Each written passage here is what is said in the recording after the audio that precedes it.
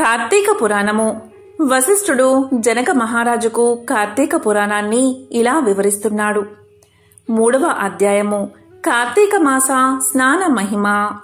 జనక మహారాజా, కార్తీక మాసంలో ఏ ఒక్క చిన్న దానం చేసినా అది గొప్ప ప్రభావం కలదై వారికి సకల ఐశ్వర్యాలు కలగడమే కాక మరణానంతరం శివ సాన్నిధ్యానికి చేర్చుతుంది.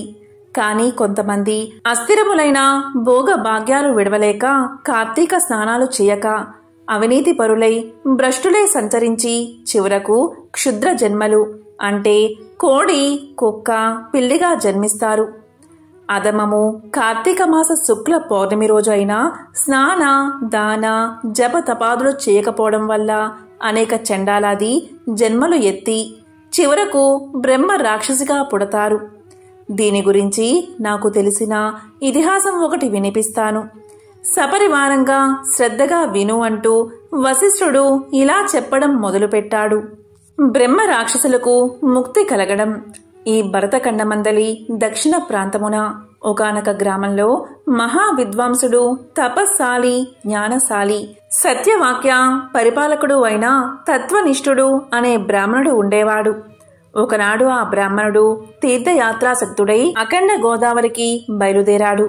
ఆ తీర్థ సమీపమున ఒక మహా వటవృక్షంపై భయంకరమైన ముఖాలతోటి, దీర్ఘ కేశాలతోటి, బలిష్టములైన కోరలతోటి, నల్లని బాణ పొట్టలతోటి, చూసేవారికి అతి భయంకర రూపాలతో 3 బ్రహ్మ రాక్షసులు నివసిస్తూ ఆ దారిన పోయే బాటసారులను బెదిరించి వారిని తింటూ ఆ ప్రాంతమంతా భయకంపితం చేస్తూ ఉన్నారు. తీర్థయాత్రకై బయలుదేరి అఖండ గోదావరి పుణ్యక్షేత్రమున పితృదేవతలకు పిండ ప్రదానం చేయడానికి వస్తున్న ఆ విప్రుడు వృక్షం చెంతకు చేరేసరికి యథాప్రకారంగా బ్రహ్మ రాక్షసులు కిందకి దిగి అతనిని చంపబోయే సమయంలో బ్రాహ్మణుడు ఆ భయంకర రూపాలను చూసి గజగజ వణుకుతూ ఏమీ తోచక నారాయణ స్తోత్రాన్ని బిగ్గరగా పఠిస్తూ, ప్రభో, అర్థత్రాల పరాయణ, అనాథ రక్షక, ఆపదలో ఉన్న గజేంద్రుణ్ణి, నిండు సభలో అవమానాల పాలవుతున్న మహాసాధ్వి ద్రౌపదిని, బాలుడైన ప్రహ్లాదుణ్ణి రక్షించిన విధంగానే ఈ పిశాచాల బారి నుండి నన్ను రక్షించు తండ్రి అని వేడుకొనగా ఆ ప్రార్థనలు విన్న బ్రహ్మ రాక్షసులకు జ్ఞానోదయం కలిగి ఇలా పలికారు. మహానుభావా, మీ నోటి నుండి వచ్చిన శ్రీమన్నారాయణ స్తుతి విని మాకు జ్ఞానోదయం కలిగింది, మమ్మల్ని రక్షించండి అని ప్రాధేయపడ్డారు. వారి మాటలకు విప్రుడు ధైర్యం తెచ్చుకుని ఇలా పలికాడు. ఓయి, మీరెవరు? ఎందుకు మీకీ రాక్షస రూపాలు కలిగాయి? మీ వృత్తాంతం చెప్పండి అని అన్నాడు. దానికి వారు ఇలా అన్నారు. ఓ విప్ర పుంగవా, మీరు పూజ్యులు, ధర్మాత్ములు, వ్రత నిష్ఠాపరులు. మీ దర్శన భాగ్యం వల్ల మాకు పూర్వజన్మయందలి కొంత జ్ఞానం కలిగింది.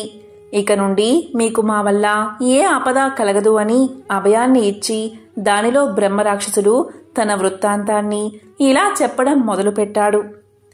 ఓ విప్రపుంగవా, నాది ద్రావిడ దేశం, బ్రాహ్మణుడను. నేను మహాపండితుడు అని గర్వం గలవాడనై ఉన్నాను. న్యాయ విచక్షణలు మాని పశువులే ప్రవర్తించి తిని బాటసారుల వద్ద, అమాయకపు గ్రామస్తుల వద్ద దౌర్జన్యంగా ధనం లాక్కుంటూ దుర్వసనాలతో భార్యాపుత్రాదులను సుఖపెట్టక పండితులను అవమానపరుస్తూ లుద్ధుడనై లోక కంటకుడిగా ఉన్నాను. ఇలా ఉండగా ఒకానొక పండితుడు కార్తీక మాస వ్రతాన్ని యథావిధిగా ఆచరించి భూత తృప్తి కొరకు బ్రాహ్మణ సమారాధన చేసే తలంపుతో పదార్థ సంపాదన నిమిత్తం దగ్గరున్న నగరానికి బయలుదేరి తిరుగు ప్రయాణంలో మా ఇంటికి అతిథిగా వచ్చాడు. వచ్చిన పండితుణ్ణి నేను దూషించాను, కొట్టాను. అతని వద్ద ఉన్న ధనాన్ని, వస్తువులను తీసుకుని ఇంటి నుండి వెళ్ళగొట్టాను. అందుక విప్రుడు కోపగించి, ఓరే నీచుడా, అన్యాక్రాంతంగా డబ్బు కూడబెట్టింది చాలక, మంచి చెడ్డలు తెలియక, తోటి బ్రాహ్మణుడు అని కూడా ఆలోచించక కొట్టి తిట్టి వస్తు సామాగ్రిని దోచుకున్నావు కాబట్టి నీవు రాక్షసుడివై నరభక్షకుడిగా నిర్మానుష్య ప్రదేశంలో పడుందువుగాక అని శపించాడు. అందుకే నాకీ రాక్షస రూపం కలిగింది. బ్రహ్మాస్త్రమునైనా తప్పించుకోవచ్చు కానీ బ్రాహ్మణ శాపాన్ని తప్పించలేం కదా. కాబట్టి నా అపరాధాన్ని క్షమించమని నేను ప్రార్థించాను. అందుకు అతడు దయతలచి, ఓయి, గోదావరి క్షేత్రమందు ఒక వటవృక్షం ఉన్నది. నీవు అందు నివసిస్తూ ఏ బ్రాహ్మణుడు కార్తీక వ్రతాన్ని ఆచరించి పుణ్యఫలాన్ని సంపాదించి ఉంటాడో ఆ బ్రాహ్మణుడి వల్ల పునర్జన్మను నీవు పొందుదువుగాక అని చెప్పి వెళ్ళిపోయాడు. ఆనాటి నుండి నేనీ రాక్షస రూపంలో నరభక్షణం చేస్తూ ఉన్నాను. కాబట్టి ఓ విప్రోత్తమా, నన్ను, నా కుటుంబం వారిని రక్షించు అని మొదటి రాక్షసుడు తన వృత్తాంతాన్ని చెప్పాడు. ఇక రెండవ రాక్షసుడు, ఓ ద్విజోత్తమా, నేను కూడా పూర్వజన్మలో బ్రాహ్మణుణ్ణే. నేను నీచుల సహవాసం చేసి తల్లిదండ్రులను బాధించి వారికి తిండి పెట్టక మార్చి అన్నమో రామచంద్ర అనేలా చేసి వారి ఎదుటే నా భార్య బిడ్డలతో పంచభక్ష పరమాన్నాలతో భోజనం చేస్తూ ఉండేవాడిని. నేను ఎలాంటి దాన ధర్మాలు చేసి ఎరగను. నా బంధువులను కూడా హింసించి వారి ధనాన్ని అపహరించి రాక్షసుని వలె ప్రవర్తించాను. కాబట్టి నాకీ రాక్షసత్వం కలిగింది. నన్నీ పాప వంకెమల నుండి ఉద్ధరించుము అని బ్రాహ్మణుడి పాదాలపై పడి పరిపరి విధాలా వేడుకున్నాడు రెండవ రాక్షసుడు. ఇక మూడవ రాక్షసుడు తన వృత్తాంతాన్ని ఇలా చెప్పాడు. మహాశయ, నేనొక సంపన్న కుటుంబంలో పుట్టిన బ్రాహ్మణుణ్ణి. నేను విష్ణు ఆలయంలో అర్చకునిగా ఉండేవాడిని. స్నానమైనా చెయ్యక కట్టు బట్టలతో దేవాలయంలో తిరుగుతూ ఉండేవాడిని.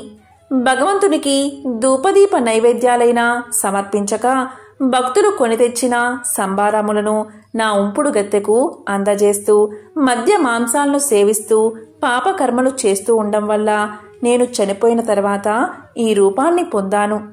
కాబట్టి నన్ను కూడా పాప విముక్తిని చెయ్యి అని మూడవ రాక్షసుడు ప్రార్థించాడు. ఓ జనక మహారాజా, తపోనిష్ఠుడగు ఆ విప్రుడు పిశాచాల దీనాలాపం ఆలకించి ఇలా పలికాడు. ఓ బ్రహ్మ రాక్షసులారా, భయపడకండి. మీరు పూర్వజన్మలో చేసిన ఘోర కృత్యాల వల్ల మీకీ రూపాలు కలిగాయి. నా వెంట రండి, మీకు విముక్తిని కలిగిస్తాను అని చెప్పి వారిని ఓదార్చి తనతో తీసుకుపోయి ఆ ముగ్గురికి యాతనా విముక్తికై సంకల్పం చెప్పుకుని తానే స్వయంగా గోదావరిలో స్నానాన్ని ఆచరించి స్నాన పుణ్య ఫలమును ఆ ముగ్గురు బ్రహ్మ రాక్షసులకు దారపోయగా వారి వారి రాక్షస రూపాలు పోయి దివ్య రూపాలు ధరించి వైకుంఠానికి వెళ్లిపోయారు. కార్తీక మాసంలో గోదావరి స్నానాన్ని ఆచరిస్తే హరిహరాదులు సంతృప్తి పొంది వారికి సకల ఐశ్వర్యాలను ప్రసాదిస్తారు. అందువల్ల ఎంత ప్రయత్నించైనా సరే కార్తీక స్నానాన్ని ఆచరించాలి అని వశిష్ఠుడు జనక మహారాజుకు తెలియచేశాడు.